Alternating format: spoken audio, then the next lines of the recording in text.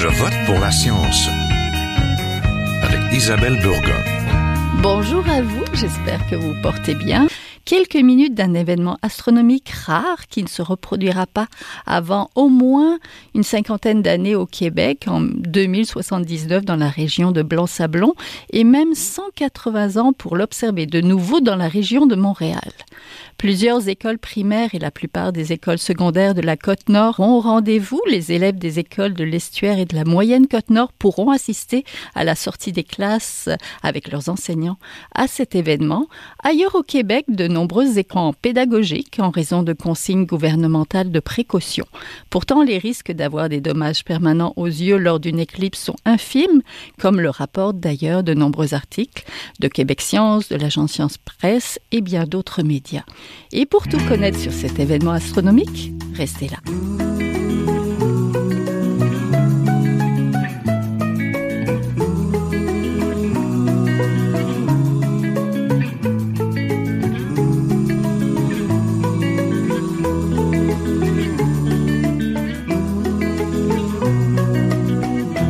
Pour en parler, nous sommes en compagnie de Camille Turcotte, directrice générale de l'Association pour l'enseignement de la science et de la technologie au Québec. Bonjour. Bonjour.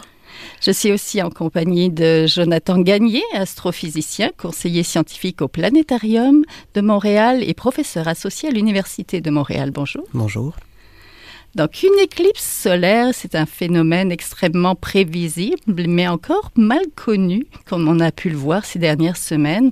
Les consignes gouvernementales étaient un peu alarmistes et ont poussé de nombreuses écoles à renoncer à accueillir cet événement astronomique dans leur classe, ou plutôt dans leur cours d'école.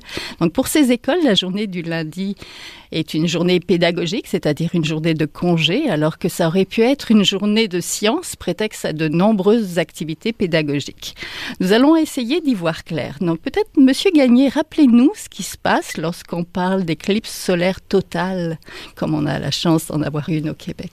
Oui, c'est important de faire la différence avec les autres types d'éclipses parce que l'éclipse totale, c'est vraiment celle qui est la plus unique, la plus rare et qui est de loin la plus spectaculaire. Ça n'a absolument rien à voir avec des éclipses partielles ou annulaires ou des éclipses de lune. Moi, j'en ai vu une dans ma vie et c'est un moment dont je vais me souvenir toute ma vie. Je criais incontrôlablement pendant la totalité. C'est pas dans mes habitudes. C'était vraiment incroyable. Et j'ai vu aussi des éclipses lunaires ou partielles et ça m'a jamais fait cet effet-là à ce point-là.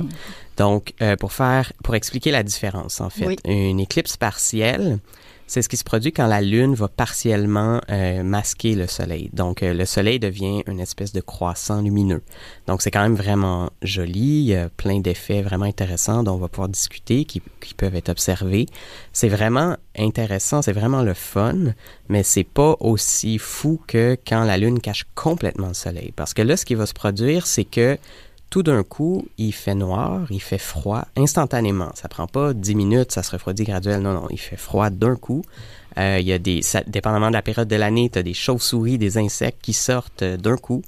Et tu vois la couronne solaire. Donc, vous pouvez aller voir des images sur Internet de la couronne solaire.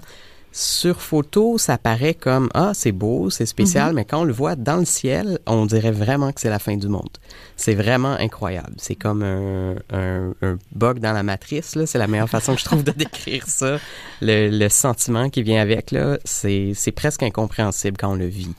Une éclipse lunaire, c'est quand la Lune qui passe dans l'ombre de la Terre. Donc, la Lune devient rouge cendrée, ce qui est vraiment très joli aussi, mais c'est pas du tout la même expérience. Donc, en fait, ce qui se passe, si on prend un peu de recul, c'est que la Lune passe entre la Terre et le Soleil et projette son ombre sur la Terre. Et cette ombre-là, elle est toute petite. Ça fait un corridor assez étroit sur une carte où est-ce qu'il y a une bande à partir de où on peut voir l'éclipse totale. Si on se retrouve à l'extérieur de la bande, on va assister à une éclipse partielle. Donc, le Soleil va devenir un croissant. Il faut vraiment se rappeler que c'est infiniment moins impressionnant, une éclipse partielle. Donc, allez regarder des cartes de la bande de totalité et c'est pas grave si vous n'êtes pas parfaitement au centre, mais il faut vraiment aller dans la bande de totalité. Et donc, c'est ça, la bande de totalité est relativement étroite. Et plus on se rapproche du centre, plus le moment spectaculaire de totalité va être long. Ça peut durer jusqu'à environ 3 minutes 30. Entendu. Madame Turcotte? Oui, absolument. J'ai la chance d'abord d'habiter dans la bande de totalité. Oui. Il y a tout un écosystème qui a été mobilisé pour préparer les écoles à cet événement astronomique. Parlez-moi un peu. Oui, en fait, j'ai été avisée. Moi, c'est une amie astrophysicienne, là, Julie Bolduc-Duval, de l'organisme à la découverte de l'univers, qui forme d'ailleurs en astronomie depuis plus de 10 ans là, les enseignants et enseignantes. Et elle m'a avisé qu'une éclipse totale s'en venait au Québec le 8 avril 2024. Alors, dès 2022, janvier 2022, j'ai interpellé le ministère de l'Éducation pour les inciter notamment à acheter des lunettes pour tous les jeunes. En fait, c'était notre souhait d'avoir 1 million de lunettes pour équiper tous les jeunes des écoles primaires et secondaires. Et ensuite, on a passé aussi des mois et des mois. Je dis on, en fait, c'est nos partenaires et nous, on transmettait l'information à nos membres. Donc, nos partenaires ont formé les enseignants, informé, on a équipé aussi des milliers d'écoles de lunettes. Oui. Pour les élèves. Des lunettes à éclipse. Exactement, des lunettes à filtre solaire. Et puis, on y voyait, nous, l'occasion, une occasion extraordinaire de vivre la science en direct. Parce qu'une des conditions pour un enseignement des sciences de qualité, c'est justement de plonger les élèves dans un contexte réel de science. Par exemple, au primaire, on va les sortir dehors, on va les emmener à observer la nature. Au secondaire, on les fait faire des laboratoires. Mais là, on y voyait vraiment une occasion d'avoir 1 million d'élèves qui vivent ensemble un phénomène absolument extraordinaire, comme vient de décrire Jonathan. Et ça nous donnait l'occasion de les éveiller à la culture scientifique, de les rendre curieux par rapport à l'astronomie, et aussi notre place dans l'univers qui peut être assez fascinante à philosopher, oui, c'est ça, dans ce contexte-là. Et voilà, c'était notre souhait pour tout le réseau. Oui, parce que c'est un prétexte de science, mais ça peut être un prétexte aussi d'histoire, de français, absolument. Ça peut rejoindre toutes les disciplines finalement, autour de la science. Absolument. Qui pourrait graviter autour de ça. C'est un moment pour s'émerveiller de la beauté de la nature aussi, en général, parce que souvent, quand on parle de science, on parle de choses un peu plus abstraites. Là, c'est un moment où est-ce que ça devient vraiment concret. Là. Monsieur Gagnon, parlons d'abord peut-être de sécurité versus le port des lunettes. Rappelons d'abord que c'est important de se protéger les yeux et de porter des lunettes d'éclipse. C'est quoi des lunettes d'éclipse d'abord? Des lunettes d'éclipse, c'est un filtre en fait qui va bloquer presque toute la lumière, simplement pour pas saturer nos yeux puis pas blesser la rétine de nos yeux. Vous pouvez regarder le soleil d'ailleurs déjà tout de suite. C'est la seule chose qu'on voit. C'est ça, on voit un beau disque jaune. Parfois, quand il y a suffisamment de taches à la surface, on peut les voir un peu si on a des bons yeux. Mais on voit rien d'autre. Donc, pendant la phase où est-ce que la Lune commence à cacher le soleil, là, c'est amusant de pouvoir regarder le soleil devenir graduellement de plus en plus en croissant jusqu'au moment de la totalité, autour de 3h26, je crois. Mais au moment de la totalité, quand le soleil est complètement caché par la Lune, il faut enlever les lunettes pour voir tout le phénomène. Puis autrement aussi, quand on ne regarde pas le soleil, il faut enlever les lunettes. Il y a plein de phénomènes super intéressants à observer, autres que de regarder directement le soleil. Et ça, on pourra en parler là, de ces phénomènes-là. C'est vraiment quand on fixe le soleil qu'on met les lunettes pour se protéger. Il n'y a rien de spécial pendant une éclipse qui fait que ça fait plus mal aux yeux que d'habitude. Vous avez déjà regardé le soleil, vous savez que ça laisse une empreinte dans l'œil, que ça peut faire mal aux yeux. C'est la même chose pendant l'éclipse. Le seul danger, c'est que normalement, quand on est dehors en plein soleil, on n'essaye pas d'observer quelque chose directement sur le soleil pendant 1 heure. Le problème, c'est si on essaye sans arrêt de fixer le soleil, puis si on se plisse les yeux pour essayer de voir le croissant sans filtre protecteur, c'est ça qui est dangereux.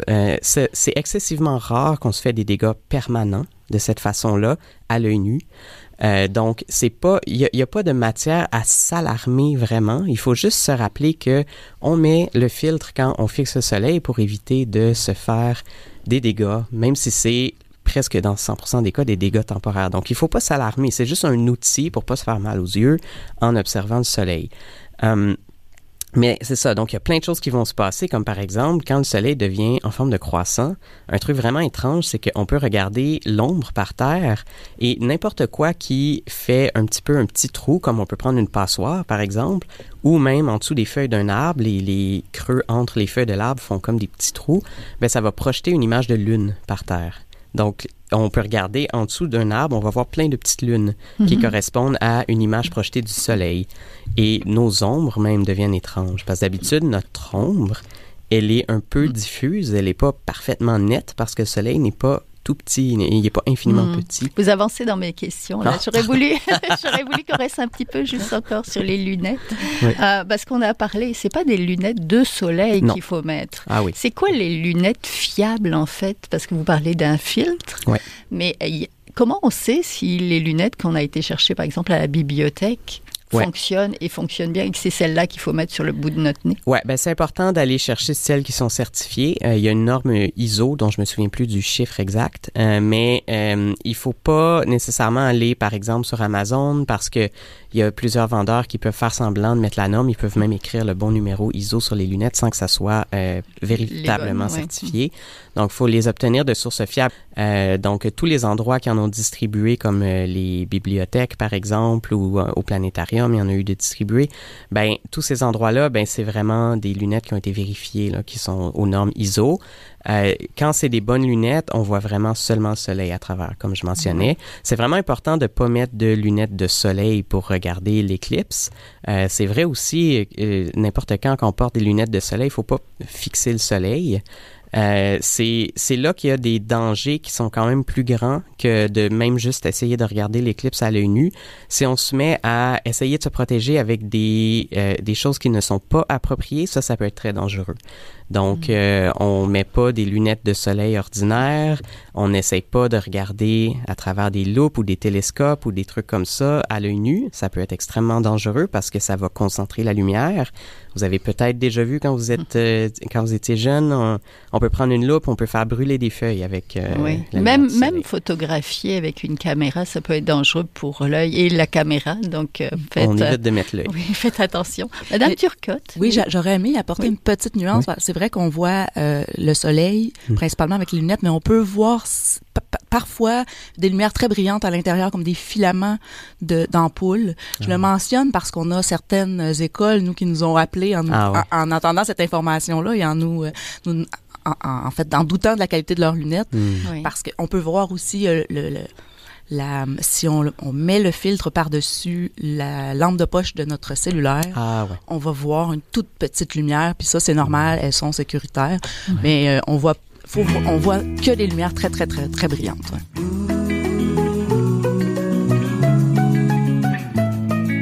Vous êtes toujours à Je vote pour la science, là où la science rencontre la politique, une émission produite par l'agence Science Presse. Vous pouvez visiter son site internet au sciencepresse.qc.ca. Madame Turcotte, vous avez fait de nombreuses représentations donc auprès du gouvernement depuis janvier 2022, mais le gouvernement recommande plutôt de fermer les classes et vous devez être déçue. En fait, le gouvernement n'a pas spécifiquement recommandé la fermeture de classes, mais ce qui est arrivé, c'est que la direction de la santé, la sécurité publique a émis des recommandations qui sont très alarmistes. Le ton est alarmiste aussi. D'ailleurs, c'est situé dans la section de leur site reliée aux sinistres et aux catastrophes naturelles. Donc, on a pourtant essayé de les rencontrer, essayé de leur faire changer d'avis, faire changer certaines informations sur cette page-là. Ils disent notamment qu'il faut garder les lunettes en tout temps, sans faire de distinction entre la totalité ou la partielle. Donc, ça a amené beaucoup de confusion dans le milieu. Et le ministère de l'Éducation, lui, attendait les recommandations de la direction de la santé publique avant d'émettre ses orientations aux écoles. Alors, ça a donné des instructions tardives et confuses et certains contradictoires. Il y a, dans le document remis au centre de services scolaires, on y lisait « On encourage les activités d'observation du phénomène », mais le point suivant, c'est « Il faut garder les élèves à l'intérieur en tout temps ». Alors, oui, c'est difficile d'observer ça de l'intérieur. Et oui, exactement. Donc, ça a amené les centres de services scolaires à devoir prendre des décisions face à en ayant en main ces orientations là plutôt confuses. Et on a vu là dès le tout début du mois de février, nous on a vu une vague de centres de services scolaires qui fermaient, qui annonçaient le déplacement d'une journée pédagogique pour la placer le 8 avril. Et nos membres ont commencé à nous interpeller un peu en panique parce qu'ils se préparent depuis des mois, ils sont formés, ils sont équipés donc ils se sont oui, qu'est-ce qu'ils vous disent, vos membres, justement? Ils sont fâchés, ils sont très fâchés, ils vivent beaucoup de frustration.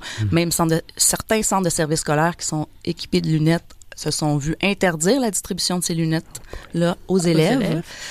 Et tout ça avec le souci, selon les centres de services scolaires, d'assurer la sécurité des élèves. Mais nous, on se demande bien comment on peut assurer la sécurité des élèves en les renvoyant à la maison ou au service de garde, dans un environnement moins encadré qu'il aurait été avec leur enseignant bien formé ou leur enseignant de sciences, même au secondaire.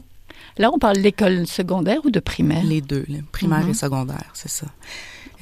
Parce que ce qu'on a entendu, c'est que les enfants petits de 6 ans et moins, c'est difficile finalement de faire passer le message, de garder les lunettes, etc. Mais en fait, ça concerne aussi les écoles secondaires, si je comprends bien. Oui, exactement. Les centres de services scolaires qui ont décidé de fermer ont fermé pour le secondaire également. Alors que ces élèves-là sont peut-être plus informés finalement sur tout ça. Oui, absolument. J'aimerais qu'on parle peut-être du beau côté des phénomènes intéressants et des activités pédagogiques, des choses qu'on peut faire finalement pour profiter. Donc, qu'est-ce qu'on peut voir et qu'est-ce qu'on peut faire? Ben, il y a beaucoup de choses différentes qu'on peut vivre pendant l'éclipse. Ben, déjà, il y a l'observation du croissant de soleil à l'aide des lunettes qui est super spectaculaire, qui est très beau en soi. À mesure que on se rapproche de la totalité, le soleil devient un croissant de plus en plus mince et ça devient comme une source de lumière de plus en plus petite dans le ciel. Puis là, ça cause plusieurs phénomènes auxquels on n'est pas habitué parce que dans la vie de tous les jours, ben le soleil n'est pas une source de lumière infiniment petite dans le ciel d'habitude. Ça fait que si on regarde, par exemple, en dessous des arbres, dans l'ombre des feuilles, on peut voir plein de petites lunes. Ça projette une image du soleil. On peut le faire nous-mêmes avec une passoire ou en perçant un trou dans un carton.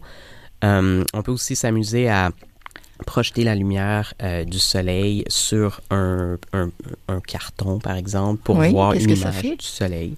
On voit l'image du croissant du soleil qui rapetisse graduellement. Il y a des phénomènes super intéressants qui se passent juste avant la totalité. Donc, la totalité, c'est quand la Lune cache complètement le soleil, je vous rappelle. C'est la grande noirceur, c'est ça? Oui, et c'est ça qui se passe autour de 3h26. Quelques minutes avant, on peut voir une projection des poches de chaleur dans notre atmosphère qui se déplacent. On peut voir ça sur le sol. Ça ressemble à des vagues d'ombre qui se promènent et qui se déplacent super rapidement. Parce qu'il va faire très froid soudainement, c'est ça? En fait, c'est relié au fait que le soleil devient tellement petit que ça projette une image des déformations atmosphériques qui est cohérente et qui peut survivre sur le sol. Donc, c'est vraiment relié à la taille du soleil dans le ciel. Et ça dure vraiment pas longtemps. On voit ça sur toutes les surfaces? C'est quoi idéalement pour voir ça? C'est une bonne question. Une surface probablement, pas une surface comme en béton, peut-être, ça serait le plus facile. C'est idéalement pas trop accidenté, avec pas trop de texture, pas trop de couleurs. Comme ça, on va vraiment bien différencier voir ces vagues-là. C'est ça. Ça ressemble vraiment à des petites vagues et ça dure pas longtemps. Là. Ça dure comme 1 minute. Donc, il faut vraiment garder l'œil ouvert. Fait que là, ça, si vous voyez ça, là, c'est le signal, ça s'en vient. Ensuite, quand la Lune va tout juste cacher le soleil, bien, la surface de la Lune n'est pas parfaitement lisse. Il y a des petites bosses, des petites montagnes. Et ça va faire qu'on va voir des petits points très lumineux qui vont apparaître entre dans le fond, dans les vallées des petites montagnes. Et on peut même voir une espèce de coloration rosée au moment où le soleil est parfaitement caché, mais ça, c'est plus difficile, ça dure comme 1 seconde, et c'est relié à la composition chimique différente du gaz dans la couronne du soleil. Puis là, après ça, ben, on voit la couronne. Donc, la couronne, c'est comme Plus le soleil est actif, plus elle est grande, plus elle est spectaculaire. Puis en ce moment, le soleil est dans sa phase très active. Le soleil passe à chaque 11 ans, il devient actif ou inactif. Et on est chanceux, là, ça concorde avec un moment très actif du soleil. Donc la couronne va être très grande. Ça ressemble à des filaments, presque de barbe à papa, la texture, là, des espèces de cheveux lousses peut-être aussi. Là, on dirait que le soleil est échevelé. Et c'est très large dans le ciel. C'est beaucoup plus large que le soleil. Là. Donc ça, c'est vraiment très spectaculaire aussi. Puis il y a tout ce qui est relié au fait que là, on est dans l'ombre de la Lune. Ce qui est surprenant, c'est que rapidement, il se met à faire froid. Rapidement, les insectes sortent s'il y en a. Là, on est comme à la limite. Là.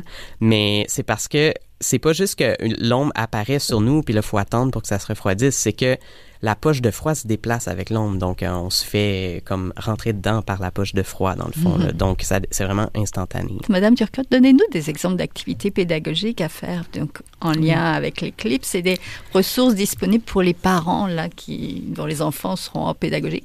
Moi, je sais que les vôtres seront avec vous. Oui, donc, oui, on a la chance d'être dans un centre de service scolaire qui reste ouvert. Mais oui, en fait, j'écoutais toute la description des phénomènes observables. Dans une école secondaire, il y a certains enseignants qui vont, avec leurs élèves, en fait, en amont, ils vont faire des activités avec eux, vont les questionner. Qu'est-ce que vous croyez qui va arriver lors de l'éclipse? Quel phénomène on pourrait observer? Et ils vont même programmer des capteurs pour capter, en fait, la luminosité, la baisse de luminosité, capter la baisse de température. Les élèves pourront prendre des données pendant la totalité puis analyser ces données-là ensuite. Donc, vous voyez comment des scientifiques. Oui, quand on parle de science en contexte réel, là, c'est ça là, qui pourrait se passer dans certaines écoles secondaires. Au primaire, des activités toutes simples qui peuvent être faites.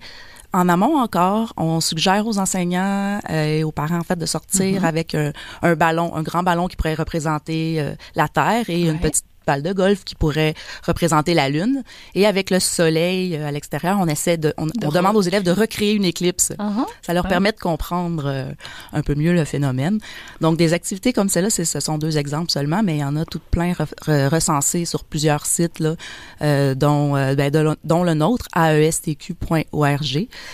Pour les parents qui nous écoutent, je les invite encore une fois sur notre site à visionner une petite capsule de 7 minutes qui est conçue pour être vue en classe ou en famille, donc un langage approprié pour les enfants qui explique ce qu'est une éclipse solaire et ensuite comment on l'observe de façon sécuritaire. Oui, j'imagine, Monsieur Gagné, que ça doit être très, très, très enthousiasmant la journée d'aujourd'hui quand on est conseiller scientifique, quand on travaille au planétarium. Est-ce que votre métier, justement, c'est d'intéresser les gens à ces phénomènes astronomiques-là?